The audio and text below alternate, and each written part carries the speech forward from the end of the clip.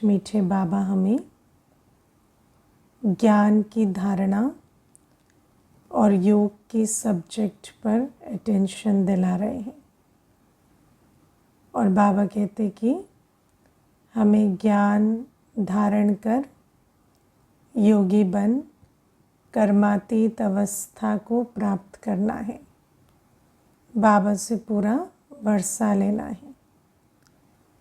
अब हम अपने आप से पूछें कि ज्ञान की धारणा कितनी होती है, क्योंकि देखो ज्ञान का जो पहला चैप्टर है आत्मा का चैप्टर, तो बाबा हमें कहते कि अपने को देह से न्यारी आत्मा समझ दूसरे को भी आत्मा देखना, ये बहुत बड़ी मंजिल है।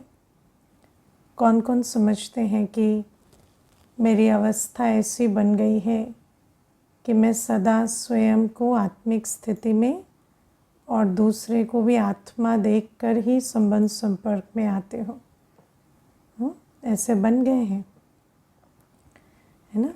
पूरा संपूर्ण रूपेण नहीं बने हैं, ठीक है ना, अभी भी दैहिक दृष्टि रहती है।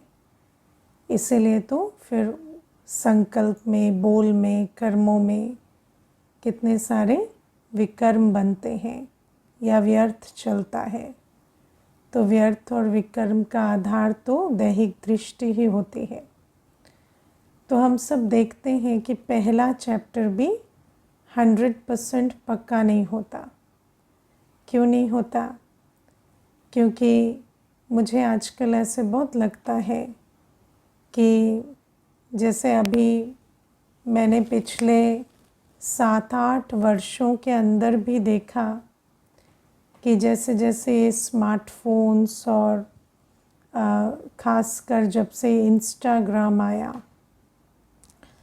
तो आजकल क्या है कि ज्ञान तो हम सुनते हैं और इनफैक्ट अगर देखा जाए तो इतनी सारी टेक्नोलॉजी में भी विधियां बन गई हैं, जैसे कि ऑनलाइन भी क्लास हो पाती है, यूट्यूब पे भी मुरली सुन पाते हैं और कितने सारे क्लासेस मिल पाते हैं, सब कुछ होता है। लेकिन जितना ज्ञान सुनते हैं उससे ज़्यादा अज्ञान सुनते हैं है ना, क्योंकि इतना सारा फ़ोन पर चीज़ें आती हैं। व्हाट्सएप पर भी हम देखते हैं कि कोई ना कोई लिंक, कोई ना कोई रील, कोई ना कोई कुछ भेजते रहते हैं। तो ये सब भी क्या है कि अभी क्या है, जितना ज्ञान है उतना अज्ञान भी उतना ही डोज में मिल रहा है।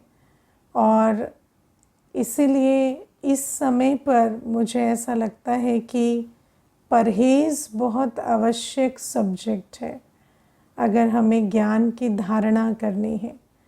और मान लीजिए कोई ऐसे भी होते हैं जो चलो फ़ोन पर तो इतना नहीं देखते या वैसे व्यर्थ में नहीं जाते, लेकिन फिर फ़ोन पर बातें करना, है ना, संबंध संपर्क में खूब बातें करना, क्योंकि आजकल तो आत्माओं से भी व्यर्थ संबंध संपर्क बहुत बढ़ गया है ना। और जो नज़दीक वाले होते हैं उनसे बात नहीं करते, लेकिन दूर वालों से बहुत बातें करते हैं तो ये व्यर्थ संबंध संपर्क भी इतना हो गया है, पता नहीं किस किस से घंटों घंटों बातें होती रहती हैं।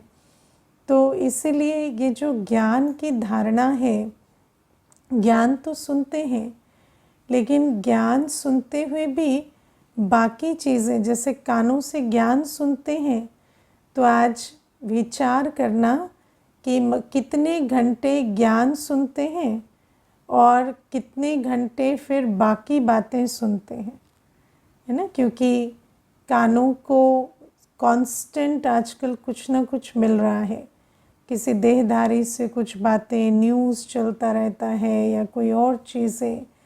तो ये सारी बातें जो ज्ञान तो सुन रहे हैं, लेकिन बाकी चीज़ें भी बहुत कानों से अंदर आ रही हैं। और जब बुद्धि जो ज्ञान का मंथन करनी चाहिए, उस बुद्धि को बाबा की श्रीमत क्या है कि ज्ञान सुना, फिर उस ज्ञान का विचार सागर मंथन हम बुद्धि से करते रहें। अंदर ही अंदर बाबा कहते हैं अपनी घोट तो नशा चढ़े, पर वो घोटना जो है वो नंबरवार हो रहा है, वो घोटना एक्यूरेट नहीं हो रहा। ठीक कह रही हूँ ना, है ना, या नहीं कह रही हूँ? तो सारा जो विचार सागर मंथन की सब्जेक्ट है, अगर देखा जाए तो मुरली की पॉइंट्स भी याद रखना। अगर अभी पूछें तो किस किस को आज की मुरली से 10 पॉइंट याद है? हाथ उठाना। 10 पॉइंट सुना सकते हैं? तो 10 पॉइंट भी मुश्किल याद रहती है। क्यों याद नहीं रहती? ऐसा तो नहीं है ना कि कोई मेमोरी की प्रॉब्लम है, बहुत अच्छी मेमोरी है, 20-20 30-30 साल पहले की बातें भी याद हैं आपको, याद है कि नहीं, है ना। लेकिन ज्ञान जो है वो आज की मुरली, जो मनन भी अगर कहें कि मनन माना रिविजन, तो बुद्धि से मनन भी नहीं चलता कि क्या आज मुरली में हमने सुना या बाबा ने आज क्या कहा। तो बुद्धि कहाँ बिज़ी रहती है? बुद्धि तो अब नेचुरल है कि बुद्धि तो सारे दिन बिज़ी तो रही है, बुद्धि खाली तो रह नहीं रही। तो अगर ज्ञान के मनन चिंतन मंथन में बिज़ी नहीं है तो नेचुरल है कि पुरानी दुनिया के किचड़े में बिज़ी है। तो धारण क्या होगा? वही किचड़ा धारण होगा ना। फिर अगर वो जो उस किचड़े से जो उस किचड़े की धारणा से जो वृत्ति स्मृति बनेगी वही फिर अंदर चल रही है। तो इसलिए मुझे आजकल ऐसा लगता है कि समय को देखते हुए ज़्यादा ज़रूरत है परहेज़ की, है ना। और मुझे तो ऐसा लगता है सेंटर्स पर भी हम आजकल ये नियम बनाते हैं कि फ़ोन को रख दो, है ना। फ़ोन को और यूज़ मत करो, फ़ोन को साइड में रख दो। और ठीक है, आपके व्हाट्सएप के मैसेज होते हैं या कुछ होते हैं तो एक सेवा का फ़ोन तो ऑन रहता है, लेकिन बाकी फ़ोन्स को साइड में रख देते हैं। और फिर बीच में कभी दिन में आधा घंटा चेक किया कि कोई मैसेज इम्पोर्टेंट आया है, रिप्लाई किया, वो अलग बात है। लेकिन वो डिसिप्लिन बहुत आवश्यक है, क्योंकि सारे दिन अगर बुद्धि ज्ञान के मनन मंथन सिमरन में बिज़ी नहीं है तो नेचुरल है कि पुरानी दुनिया के व्यर्थ विस्तार में ही बुद्धि एंगेज रहती है और फिर ज्ञान की धारणा होना तो पॉसिबल नहीं। तो परहेज़ की सब्जेक्ट बहुत इम्पोर्टेंट है। अगर हम अपनी कानों का आँखों का परहेज़ नहीं करेंगे तो देखो, बाबा ने आज कहा ना कि बाबा जब आते हैं तो बाबा सबसे ज़्यादा किस अंग से काम लेते? मुख से, है ना। बाबा कहते हैं मुझे सुनने की ज़रूरत नहीं है, मैं तो बोलने आया हूँ। और हमारा सबसे इम्पोर्टेंट ऑर्गन क्या है? कान। क्योंकि अगर हम सुनने वाले हैं, हम सुनकर भगवानुवाच जो है वो हम रोज़ सुनते हैं। अब वो जो श्रवण है, क्योंकि देखो जब हम स्मृति स्वरूप बनने की बात करते हैं तो 5 स्टेप होते हैं: श्रवण, मनन, चिंतन, मंथन, सिमरन और स्मृति। तो पहले श्रवण है ना। तो श्रवण, अब श्रवण हम कानों से ज्ञान का तो कर रहे हैं, लेकिन उसके बाद अगर उस श्रवण के बाद हम और भी बहुत सारी बातों का श्रवण कर लेते हैं तो फिर ये जो ज्ञान का मनन चिंतन की बारी नहीं आती। फिर सिर्फ श्रवण में ही बुद्धि जा रही है और जो बातें व्यर्थ विस्तार की दुनिया की बातें सुन रहे हैं उन्हीं से ही बुद्धि योग लगा हुआ है। तो सबसे पहले तो कानों की परहेज़, आँखों की परहेज़, क्योंकि खाली दृश्य तो नहीं देखते ना, दृश्य के साथ शब्द भी हैं। तो अगर दृश्य भी देख रहे हैं, शब्दों की परहेज़ करेंगे तो दृश्य की भी परहेज़ होगी। तो ये ऑडियो विजुअल की जो दुनिया है इसमें हमें परहेज़ बहुत ज़रूरी है। और मैंने नीचे ये अनुभव किया है कि देखो हम ब्राह्मण हैं, हम बाय डिफ़ॉल्ट ब्राह्मण है ना, हमारा पाठ है, हम ब्राह्मण हैं। तो हम ब्राह्मण हैं तो ज्ञान में हमारी बुद्धि चलती है, ऐसी बात नहीं है। लेकिन तब जब बुद्धि फ्री होती है। अगर बुद्धि बिजी होती है तो फिर ज्ञान में नहीं चलती। ये मुरली सुनी लेकिन उस मुरली की पॉइंट्स हमारे बुद्धि में रिवाइज भी नहीं होती है, क्योंकि बुद्धि को फ्री रखना पड़ेगा। और ये सबसे बड़ा चैलेंज है आज, क्योंकि आजकल माया का सबसे बड़ा रूप यही है कि माया हमारे कानों को, बुद्धि को एंगेज करके रखती है ना। जाओ क्या करोगे करो सारे दिन तुम्हारे कानों को, बुद्धि को मैं एंगेज करके रखूँगी। तो ये बात है। अभी मैं उस दिन देख रही थी कि एक बहन ने मुझे कहा, है ना, सेंटर पर आती थी, कोर्स करती थी, क्लास करती थी, तो उसने मुझे कहा, दीदी आप हमेशा कहते हो फ़ोन से सारी प्रॉब्लम्स होती हैं, तो मैं फ़ोन को छोड़ देती हूँ, है ना। तो फ़ोन को सेंटर पे रख के चली गई। तो मैंने कहा अब ऐसे तो परहेज़ नहीं होगा, लेकिन चलो ठीक है, आपको थोड़ी हिम्मत चाहिए तो वैसे भी भले कर लो। तो फ़ोन छोड़कर सेंटर पे चली गई। फिर मैंने देखा बाहर अपनी सहेली के साथ घूम रही थी है ना। तो सारी शाम फ्रेंड को लेके घूमी और फिर फ्रेंड को लेकर आई, बोली कि परिचय देना है बाबा का, तो थोड़ा परिचय मिला। उसके बाद अपनी क्लास मिस की, फ्रेंड को छोड़ने चली गई, है ना। तो मैंने अपने मन में, मेरे संकल्प चल रहा था कि माया, अहो मम माया, बाबा कहता है ना, अहो मम माया, कि तुमने फ़ोन छुड़वाया तो आप फ्रेंड पकड़ा दी। अब वो फ्रेंड के चक्कर में पड़ी हुई है। 4 घंटे तो मैंने ही उसको देखा सेंटर के इधर उधर वॉक करते हुए, और वो फ्रेंड के साथ ही घूम रही थी।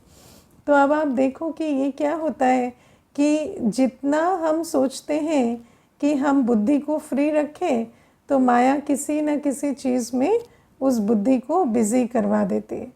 तो बाबा हमें कहते हैं, इसीलिए ये जो पहला मुख्य चैप्टर है, इसकी भी धारणा नहीं होती।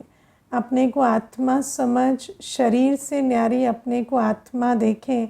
अगर आप देखो, सब कुछ शरीर का है ना। देह, स्वास्थ्य, धर्म, संबंध, रूप, रंग, जेंडर, सब कुछ शरीर का है। ऐसे आयु, है ना, कद काठी सब कुछ शरीर का है, और सारा चक्कर ही शरीर का है। लेकिन हम, जैसे बाबा ने हमें नियम बताया है कि जैसे हम खुद हैं वैसा ही दूसरे को देखते हैं। तो अब अपने आप को ही हम देह से न्यारी आत्मा देख पाते हैं क्या? नहीं देख पाते। अब देखो, आत्म अभिमानी स्थिति में तो बहुत सुख है। आत्म अभिमानी स्थिति तो सुख स्वरूप, शांत स्वरूप स्थिति है। आत्मा का तो स्वधर्म शांति है, लेकिन आत्मिक स्थिति नहीं है, इसीलिए तो शांति का अनुभव नहीं है ना, इसीलिए इतनी अशांति। अब आप देखो, मुझे कई बार व्यक्ति कहता है मुझे धन का अभाव है, या मेरे शरीर में ये परेशानी है, या संबंध में ये दुख है। कई बार ऐसी बातें आती हैं, या सभी को दुख धाम है तो दुख की तो बातें हैं ही। तो हम उनको यही कहते हैं कि आप सारे दिन अगर बुद्धि योग इस देह के साथ रखते हैं, देह के संबंध के साथ रखते हैं, या देह की प्राप्ति के साथ रखते हैं, तो आप दुखी होते हैं, लेकिन परिस्थिति तो वहीं की वहीं रहती है ऐसा थोड़ी आपके ज़्यादा दुखी होने से कोई परिस्थिति बदल जाती है। अब देखो, एक बहन है, उसको शरीर में वो सफ़ेद दाग होते हैं ना, वो होने लगे। तो आप बहुत टेंशन लेती कि ये दाग कैसे हो रहे हैं, ये बढ़ रहे हैं, ये बढ़ रहे हैं, रोज़ सोचती रहती। अब वो इतने भी नहीं हैं, हल्के हैं, लेकिन इतना सोचती। तो मैंने उसको एक दिन पूछा कि ये ज़्यादा सोचने से घट जाते हैं क्या ज़्यादा सोचने से तो घट नहीं रहे ना, ज़्यादा सोचने से बढ़ ज़रूर रहे होंगे, लेकिन घट तो नहीं रहे। तो अपने आप को रोज़ इतना तंग क्यों करना है? क्योंकि आफ्टर ऑल आप देखो कि देह और देह की दुनिया आज कैसी है, आज परफेक्ट नहीं हो सकती। देह और देह की दुनिया में हमेशा कुछ ना कुछ दुख की बातें होंगी, क्योंकि ये सब कुछ दुख धाम का है। और जितना हम अपना बुद्धि योग इस देह और देह की दुनिया से रखते हैं, उतना हम परेशान होते हैं, उतना हम दुखी होते हैं। और बाबा हमें कहते हैं कि तुम्हें सुख धाम बनाना है, सुख शांति की दुनिया के निमित्त हो तुम सुख शांति की दुनिया रच रहे हो। तो कैसे रचेंगे? जब हम खुद ही देह अभिमान में आकर सारे दिन दुखी अशांत रहेंगे तो सुख की दुनिया या सुख धाम की रचना कैसे करेंगे? और सबसे बड़ी बात है कि जब हम देह में फंसे होते हैं, देह के संबंध, देह की बातों में फंसे होते हैं, तो दूसरे को भी जब देखेंगे तो उसको भी आत्मिक दृष्टि से नहीं देख सकेंगे, क्योंकि जैसा हम खुद को देखते हैं, we perceive as we are, है ना। तो जैसे हम हैं वैसा दूसरे को भी देखते हैं। अब बाबा तो हमें कहते हैं दृष्टि से सृष्टि, संकल्प से सृष्टि। मैं कई बार इस बात पर विचार करती हूँ कि संकल्प से सृष्टि बनती है, दृष्टि से सृष्टि बनती है, तो हमारे संकल्पों में, दृष्टि में कितनी कमज़ोरी है कि सृष्टि बन नहीं रही है ना। क्योंकि बाबा तो हमें कहते हैं जिसको जैसा देखेंगे वैसा बन जाएगा। किसी को भी आत्मिक दृष्टि से देखेंगे तो वो भी स्वमान में स्थित होता जाएगा। लेकिन हम क्या देखते हैं? वो बोल क्या रहा है, वो कर क्या रहा है ना। उसके एटिकेट्स, मैनर्स, बाहर के, कैसे बैठता है, कैसे उठता है, कैसे खाता है, पीता है ना, किस प्रकार की बातें करता है, कैसे कपड़े पहनता है, कौन सी गाड़ी चलाता है, पढ़ा लिखा है या नहीं है, उसका सोशल स्टेटस क्या है, यही सब देखते रहते हैं। तो जब हम उनका यही सब देखते रहेंगे तो उनको शक्ति कैसे भरेगी? तो ये जो आत्मिक दृष्टि है उसको रखने के लिए तो पहले अपने आप को देह की प्राप्तियों, संबंधों और बाकी देह की जितनी भी प्रोफेशनल, सोशल, फिज़िकल आइडेंटिटी है उससे न्यारी मैं आत्मा हूँ। मुझ आत्मा का परिचय क्या है? मैं आत्मा हूँ, ईश्वरीय संतान हूँ, है ना। ईश्वरीय गुणों में बाप समान हूँ। यही मेरा परिचय है, यही मेरा स्वमान है। मेरे अंदर अगर प्राउड होने के लिए कोई चीज़ है, स्वमान में रहने की कोई बात है, तो ये है कि मेरा पिता इतना ऊंचा है और मैं इससे ऊंचे पिता की संतान हूँ।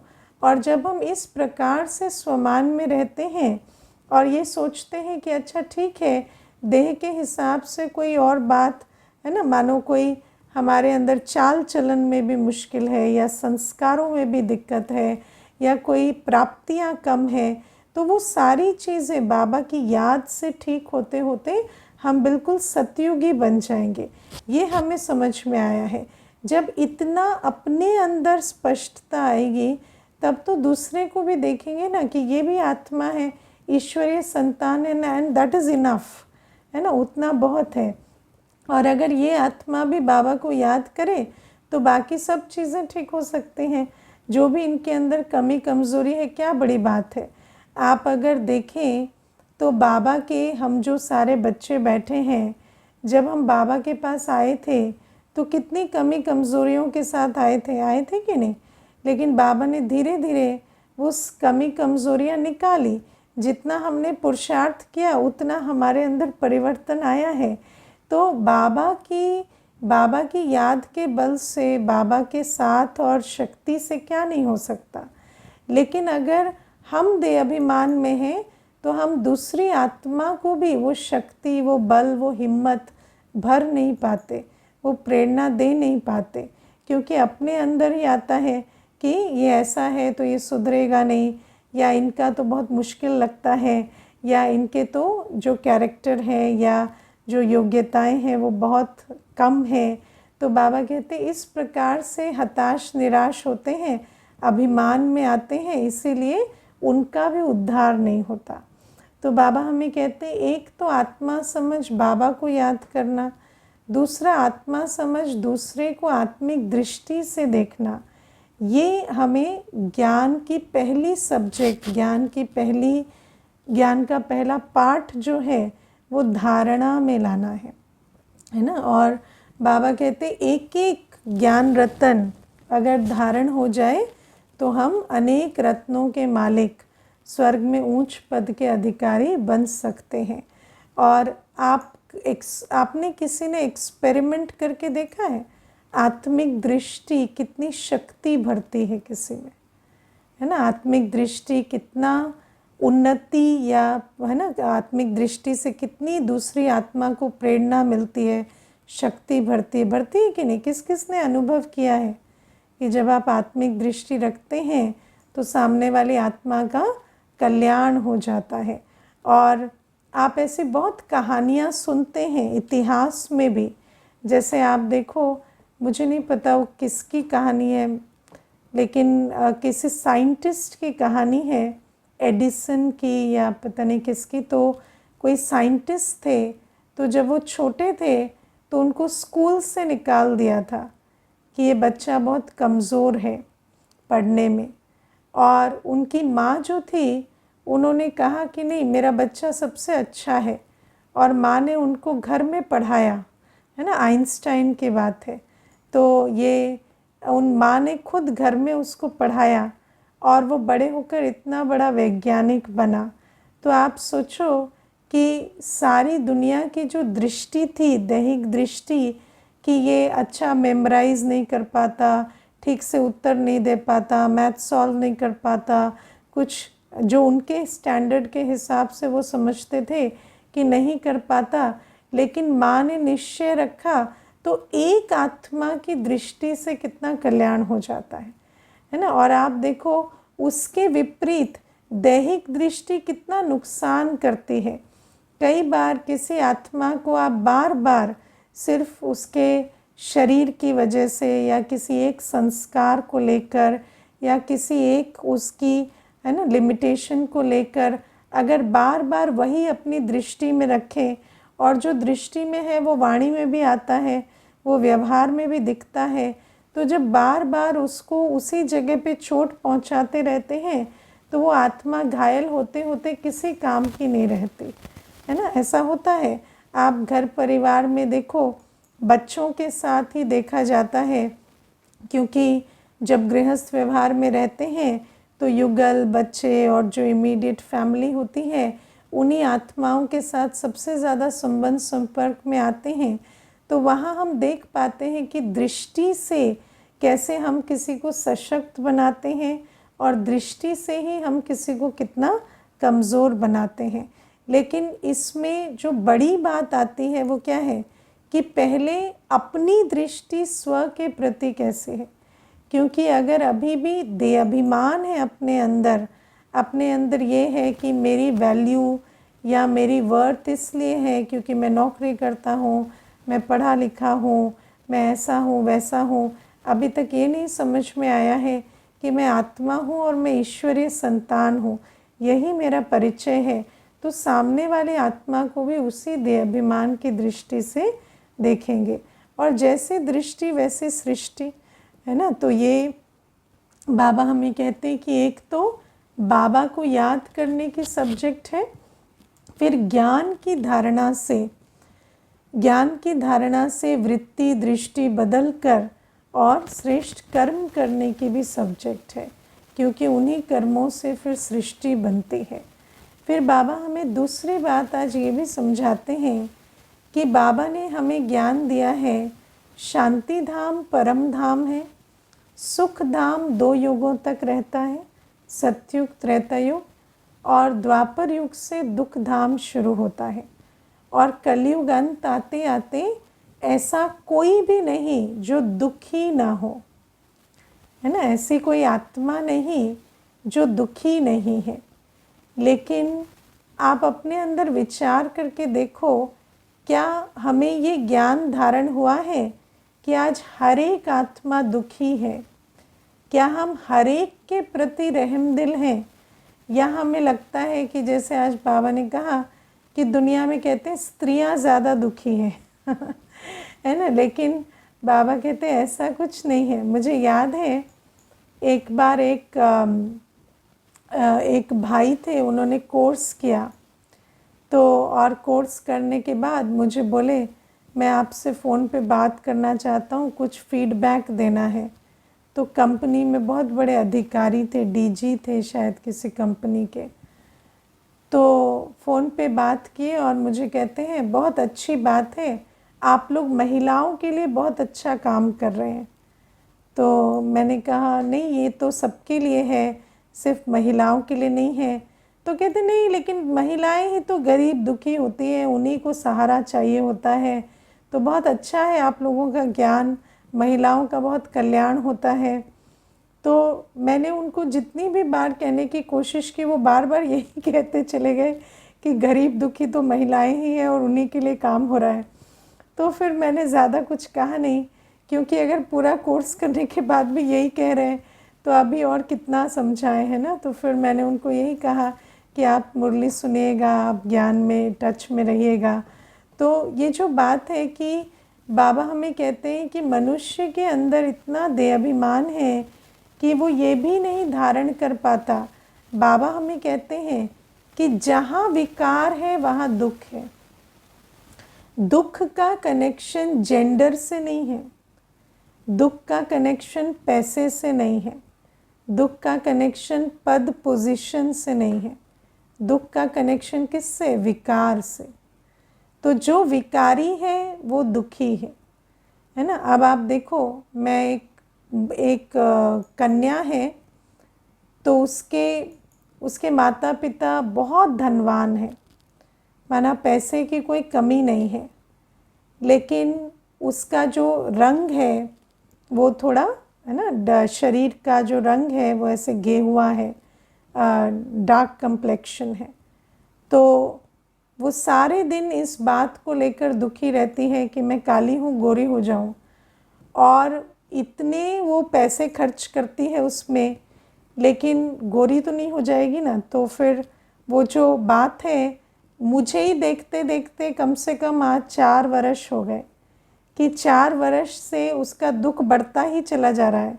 और जब भी कोई उसको देखे तो फट से उसका पहला संकल्प क्या चलता है? ये देख रहा है कि मेरा कम्प्लेक्शन डार्क है ये देख रहा है कि मैं ऐसी नहीं दिखती जैसे मेरी माँ दिखती है, जैसे मेरी बहन दिखती है। तो ये सारे दिन उसके संकल्प चलते हैं। अब आप सोचो, पढ़ने में इतनी होशियार है, बहुत अच्छी डिग्री होल्डर है, नौकरी भी करती है, माता पिता के पास भी अकिचार धन है, टैलेंट भी है, लेकिन दुख का कोई पारावार नहीं है क्यों? जहाँ देहाभिमान है वहाँ दुख कैसे कम होगा? देहाभिमान है तो काले गोरे में ही फंस जाएंगे और दुखी होते रहेंगे, है ना। नाटे ऊंचे में ही फंस जाएंगे, मोटे पतले में फंस जाएंगे, है ना। किसी भी चीज़ में फंस कर दुखी होते रहेंगे, दुख का कोई पारावार नहीं है। तो बाबा हमें कहते हैं इसीलिए जहाँ विकार है वहाँ दुख है। कोई स्त्रियों की या भाइयों की या वैसी बात नहीं है, जिसके अंदर जिस प्रकार का देहाभिमान है। अब देखो, कामी है, कामी तो सारे दिन जलता रहता है ना। कामी तो बहुत बॉडी कॉन्शियस होता है, कामी को तो सारे दिन यही चाहिए कि हर कोई मुझे देखे, मुझे निहारे, है ना, मेरी सुंदरता को अप्रिशिएट करता रहे। तो फिर उसको सारे दिन ही वो दुख की लहर चढ़ती रहती है। क्रोधी को, है ना, मुंह बंद है, कुछ कह नहीं रहा, लेकिन अंदर अंदर संकल्प चल रहे हैं, ये चीज़ यहाँ रखनी थी वहाँ रख दिया, कुछ भी आता नहीं है, अक्ल नहीं है, तो अंदर अंदर उसका संकल्प चल रहा है। इतना क्रोध है उसको कि छोटी छोटी बातों को लेकर क्रोध उसका उफान खाता रहता है।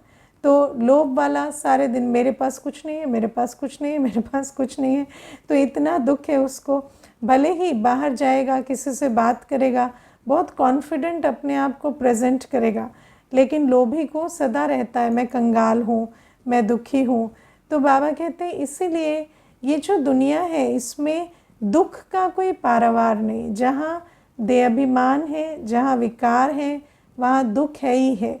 डर, भय का संस्कार होगा, कितना सारे दिन दुख देता है ना। भय का संस्कार सारे दिन, यहाँ से मुझे हमला हो जाएगा, वो तंग कर देगा, वो ऐसा कर देगा, सारे दिन यही चलता रहता है। ये छीन जाएगा, वो लूट जाएगा, ये बातें चलती रहती हैं। तो बाबा हमें इसीलिए कहते हैं। और फिर आप देखो, आज दुनिया में चाहे कोई कितना भी धनवान हो, रूपवान हो, पद वाला हो, या पुरुष हो, स्त्री हो, जो भी हो, हर एक कोई भी ऐसा नहीं जो डिजीज़ से बचा हुआ हो। ऐसा नहीं है कि आप किसी पद पर हैं या धनवान हैं या पुरुष हैं तो आपको बीमारी नहीं होगी, है ना, या लड़ाई झगड़े होते हैं, वॉर्स होती हैं, तो कोई बचता है क्या? कोविड आया, कोई बचा क्या? तो बाबा कहते हैं हर एक दुखी है, लेकिन इस दुखधाम की सत्यता को भी हमें बुद्धि में धारण करना होता है। क्योंकि कई बार हम ब्राह्मण बच्चे भी सोचते हैं कि हाँ ये तो दुखी है, लेकिन इसका तो लग नहीं रहा कि इसको क्या दुख है, इसको तो दुखी होना नहीं चाहिए। तो अपने आप ही वो जो रहम की दृष्टि है वो विड्रॉ कर देते हैं। मैं आपको इसमें कुछ एक बातें बताती हूँ। एक बार क्या हुआ कि दादी जानकी जी और मदर टेरेसा का मिलना हुआ, तो बहुत मीठी बातें भी एक्सचेंज हुई। उसके बाद दादी जी को शायद वो बात आई कि आपकी सेवा और हमारी सेवा का अंतर क्या।